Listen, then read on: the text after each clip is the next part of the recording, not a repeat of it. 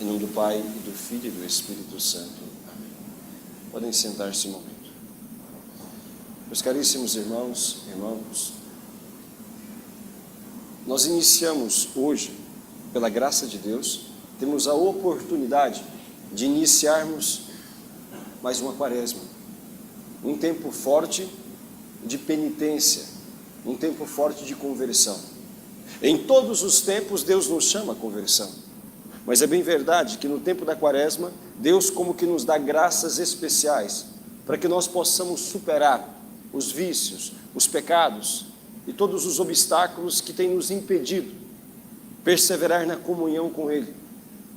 A quaresma é um tempo de penitência, é um tempo em que nós devemos nos retirar do mundo, por assim dizer, nos retirar das ocupações mundanas que não são nossos deveres de Estado. O que quero dizer com isso? É um tempo em que nós devemos nos afastar mais do barulho do mundo, das diversões do mundo, e nos aplicar de uma maneira especial à oração, à meditação da palavra, aplicar-nos de maneira especial à mortificação e à busca das virtudes que nos são necessárias para podermos viver na graça de Deus. A quaresma é um tempo, irmãos, em que Deus nos chama, vejam a primeira leitura, como o apelo que Deus faz: voltai para mim, diz o Senhor, voltai para mim com gemidos, com lágrimas, com jejuns, deixai os vossos maus caminhos, deixai os vossos pecados, e o Senhor vos dará o perdão. Então este tempo, lembrando aquele tempo em que Jesus se retirou para o deserto também, em que ele jejuou e teve fome, em que ele teve sede, em que ele foi atormentado, melhor falando, tentado pelo inimigo tantas vezes. E depois ensinou-nos que a mortificação, a penitência são necessárias.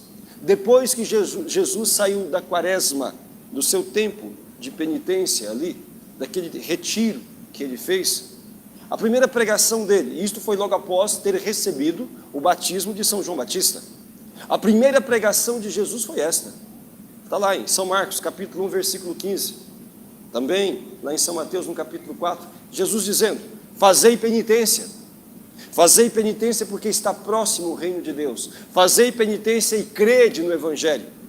Esta foi a primeira pregação de Jesus. E hoje a gente vai encontrar muitas pessoas cristãs, também dentro da igreja, que dizem que não precisa mais fazer penitência não. Que Jesus já sofreu o suficiente, então não é preciso a gente fazer penitência não. Que a gente já tem muito sofrimento na vida e assim por diante. Irmãos, a penitência, ela não é apenas útil, ela é necessária. Por isso Jesus disse: fazei penitência. Fazei penitência. Por isso a primeira leitura fala, fazei jejum. E Jesus, quando fala daquelas obras que são a base desta espiritualidade quaresmal, ele vai dizer da penitência, vai dizer da oração e vai dizer da caridade. Ele vai dizer isso, né? Quando orardes, entrai no vosso quarto, reze ao vosso Pai. Quando jejuardes, quando deres esmola, são estes os três pontos clássicos: a caridade, as obras de misericórdia, dar pão a quem tem fome, dar água a quem tem sede, assim por diante, visitar os doentes, os encarcerados, vestir os nus, cuidar daqueles que necessitam. E as obras de misericórdia também espirituais, especialmente aquelas de ensinar os ignorantes, ensinar aqueles que desconhecem. Aqui entra a evangelização, ensinar aqueles que desconhecem as coisas de Deus, corrigir os que erram, aqueles que estão no caminho tortuoso, no caminho equivocado. Você ter a coragem, por amor a estas pessoas, por amor a Deus, dizer: oh, este caminho está errado. Rezar pelos vivos, pelos defuntos, e assim por diante, exercer as obras de misericórdia, corporais e espirituais, ter vida de oração, se a gente já rezava, mas rezava pouco, intensificar, aumentar e melhorar a nossa oração. Por isso que é importante a mortificação no tempo da quaresma. Mortificação significa a renúncia de coisas que às vezes são boas, não são coisas más. Por exemplo, não é pecado assistir um futebol, não é pecado, entendeu? Você ter uma diversão sadia. Não é pecado você, enfim, escutar uma música, você usar o telefone, o celular, mesmo você fazer os joguinhos, se não for em vício, não é pecado.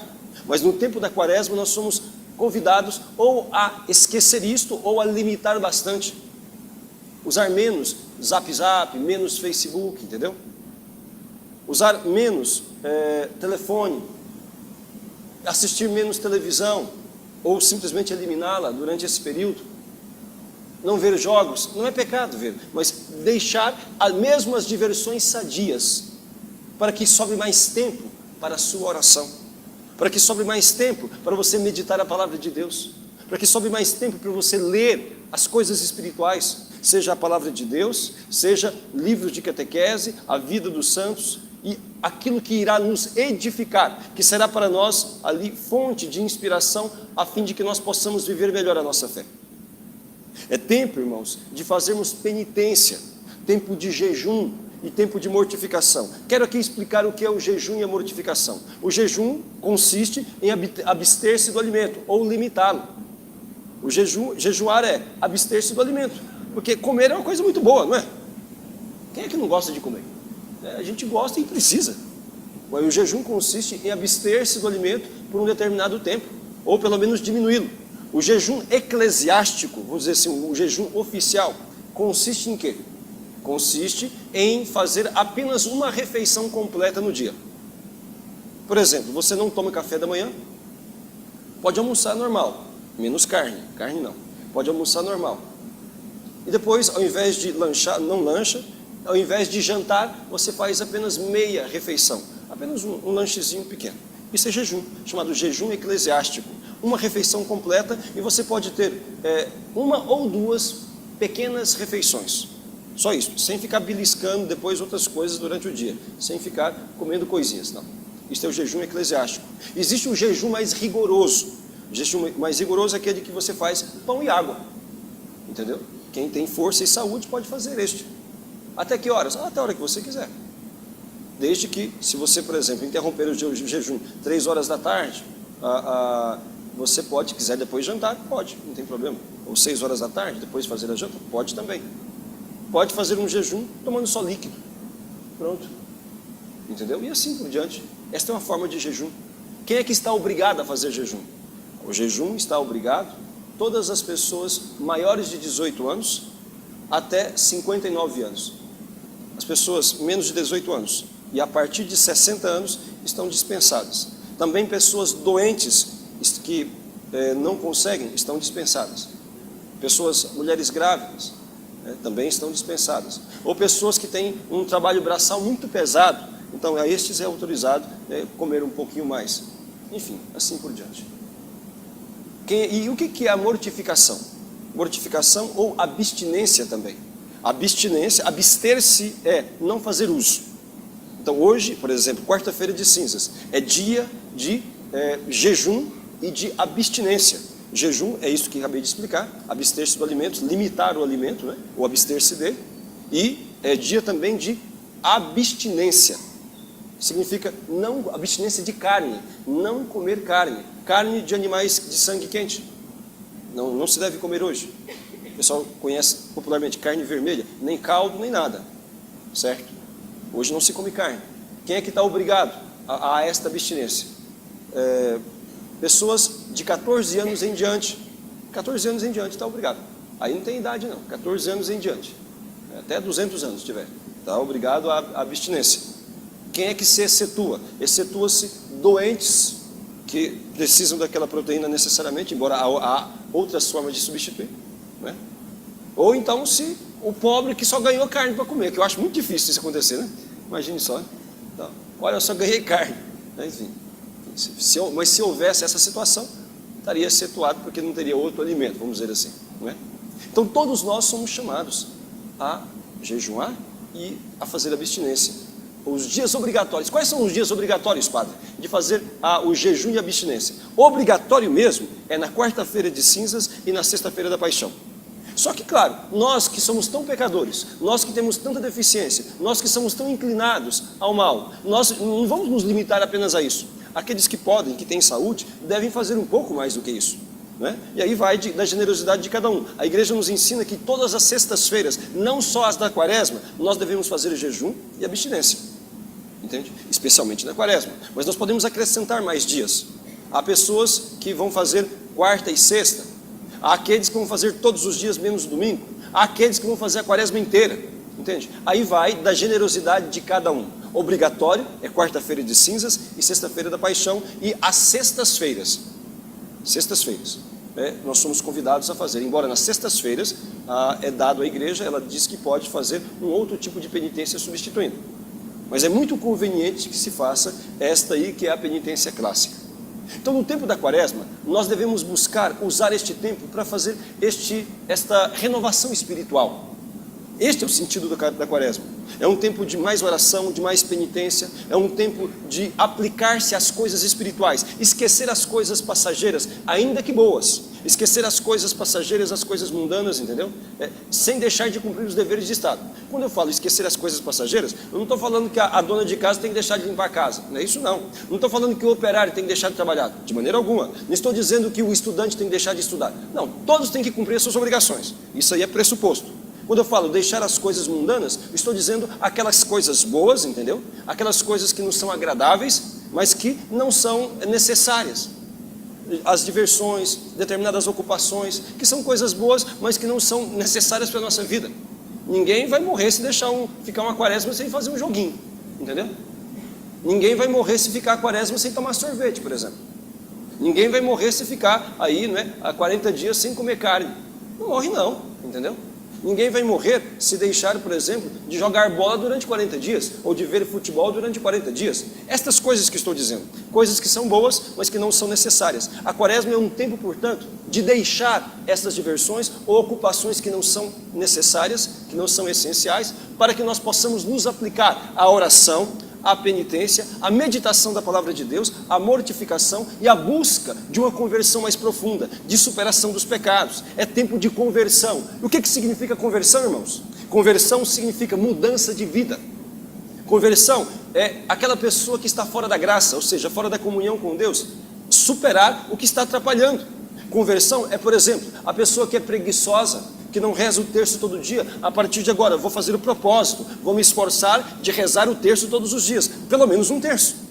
Conversão é aquela pessoa que é nervosa, que tem a língua muito solta, né? Que tem a boca suja, né? Que fica nervoso, começa a xingar, falar coisa, etc. Então, se esforçar de não xingar mais. Isto é conversão, é mudança de atitude.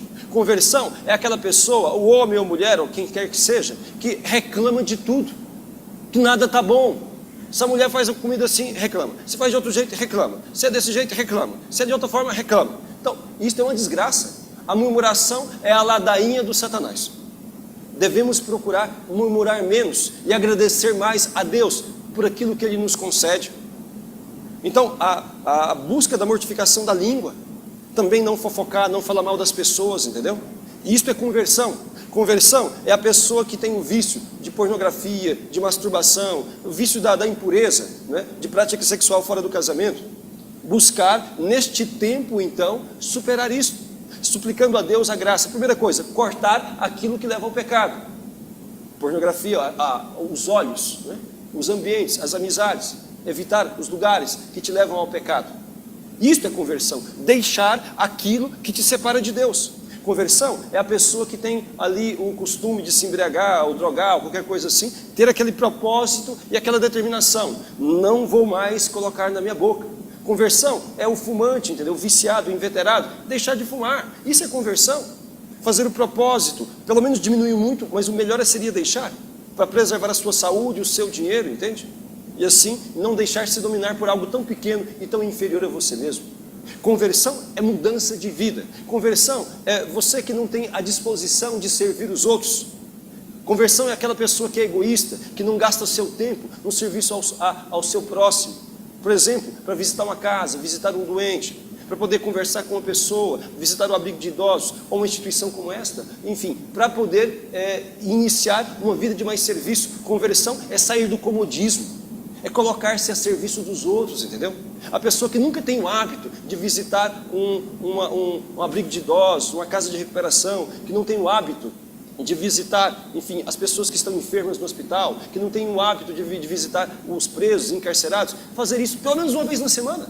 Se durante esse período da quaresma a pessoa faz, olha, todo sábado eu vou tirar aqui 2, 3 horinhas para visitar ali os doentes. Vou tirar 2 ou 3 horinhas para poder então conversar com os idosos, que às vezes sentem tanta solidão. Vou tirar aqui 2, 3 horinhas para poder visitar os encarcerados. Vou tirar 2, 3 horas para fazer um cenáculo nas famílias. Quantas famílias sofrendo por tantos problemas que estão passando. É problema entre marido e mulher, entre filhos, entre irmãos, problemas às vezes de desemprego, às vezes de doença, às vezes de perca de entes queridos, e assim por diante, problemas que acontecem, e as famílias vão sendo muito açoitadas. Quanto sofrimento. Então, caridade é isso, conversão é você sair do seu comodismo, e vou rezar um terço na casa daquela família, ali, trazer o consolo de Deus para aquele lar, pedir a bênção de Deus, de Nossa Senhora, para aquele pessoal que está passando por tanta dificuldade. Isso é conversão. Conversão, entendeu? É você deixar os maus hábitos, e começar a colocar no lugar os bons hábitos. Chama-se virtude. A virtude consiste na repetição dos bons atos. A virtude consiste, então, em firmar-se ali na realização das coisas boas, na realização da vontade de Deus na sua vida. Adquirir a virtude da oração, da caridade, da castidade, tá? Do serviço aos seus irmãos. Tudo isso, nós devemos nos empenhar com mais empenho, nos empenhar com mais afinco, melhor falando, neste tempo da quaresma. Nós devemos nos empenhar em fazer mais e melhor neste tempo de quaresma. E desta forma, nós iremos purificando o nosso coração. Iremos purificando o nosso coração, a fim de que nós cheguemos ao fim da quaresma preparados para celebrar a maior festa de nossa religião, que é a Páscoa da Ressurreição. A quaresma é este grande tempo de penitência, é este retiro espiritual, é este tempo desses exercícios de busca da superação do pecado e de aquisição da virtude, a fim de que o coração chegue no tempo pascal, preparado para celebrar com muita dignidade e com muita grandeza a esta festa, que é a maior do que nós celebramos em nossa religião. A vitória de Cristo sobre o pecado e sobre a morte, que é a Páscoa da Ressurreição. Meus amados irmãos, este tempo da quaresma, cada um deve escolher. Então, além disso que foi falado, de aumentar a sua oração, de buscar ter mais disposição para o serviço e para a caridade, escolher também as suas, além do jejum, da abstinência que falamos, escolher as suas penitências. Você já escolheu a sua penitência para a quaresma? O que você vai fazer nessa quaresma para poder honrar a Deus? Como forma de renúncia, ou como forma de maneira positiva, algo a ser feito. O que você vai renunciar? O que você gosta muito de comer, por exemplo? Eu gosto muito de comer doce. Então fica a quaresma sem comer doce. Aí é a sua penitência. Eu gosto muito de feijão. Fica a quaresma sem comer feijão. Olha, a coisa que eu mais gosto, eu posso ficar sem carne, mas eu gosto muito de café. Então você fica a quaresma sem tomar café. Entendeu? Em vez de café, toma chá. Né? Então, são essas coisas, entendeu? Que aquilo que a gente gosta, a gente renuncia por um determinado tempo. Pelo menos esse tempo aí da quaresma. O pecado, isso aí é obrigação da gente renunciar. Não tem nenhuma novidade nisso. Estou dizendo de renunciar a coisas boas, entende? Coisa que você gosta. E outra coisa também, que é o inverso, né? É de você também, por exemplo, comer coisa que não gosta. A pessoa não gosta de pepino de jeito nenhum. Então, você vai comer pepino sem fazer careta, né? Não gosta de cebola. Eu não gosto de cebola. Mas então, no tempo da quaresma, vão comer cebola, né? Então, entende? Como forma de penitência, de mortificação, sem reclamar. Entendeu? Então, estas coisas agradam muito a Deus. E qual que é o sentido de fazer essas mortificações? Qual que é o sentido de fazer o jejum? Qual que é o sentido de fazer essas renúncias? O sentido, irmãos, é o seguinte: quando nós somos capazes de renunciar a algo bom por amor a Deus, nós seremos mais capazes de renunciar o que não presta por amor a nosso Senhor Jesus Cristo. Quando nós somos capazes de enfraquecer o nosso corpo com o jejum, nós fortalecemos a nossa alma, para que nós sejamos mais capazes de dizer não para as tentações. Quando nós somos capazes, entendeu, de nos sacrificar por amor a nosso Senhor, nós seremos mais capazes também de nos sacrificar pelos irmãos, de fazer algo em benefício do nosso próximo. Este é o sentido da penitência. É para que nós possamos crescer no amor a Deus, no amor aos nossos irmãos.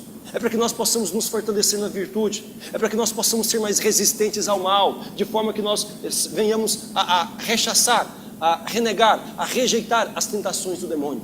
Este é o sentido da mortificação, este é o sentido da penitência, este é o sentido do jejum, este é o sentido desse tempo quaresmal, a busca da conversão, a fim de que o nosso coração, mais preparado, possa, de fato, deleitar-se na grande festa da Páscoa do Senhor, a fim de que o nosso coração, purificado, possa gozar sempre da presença de Deus, perseverando na graça dele.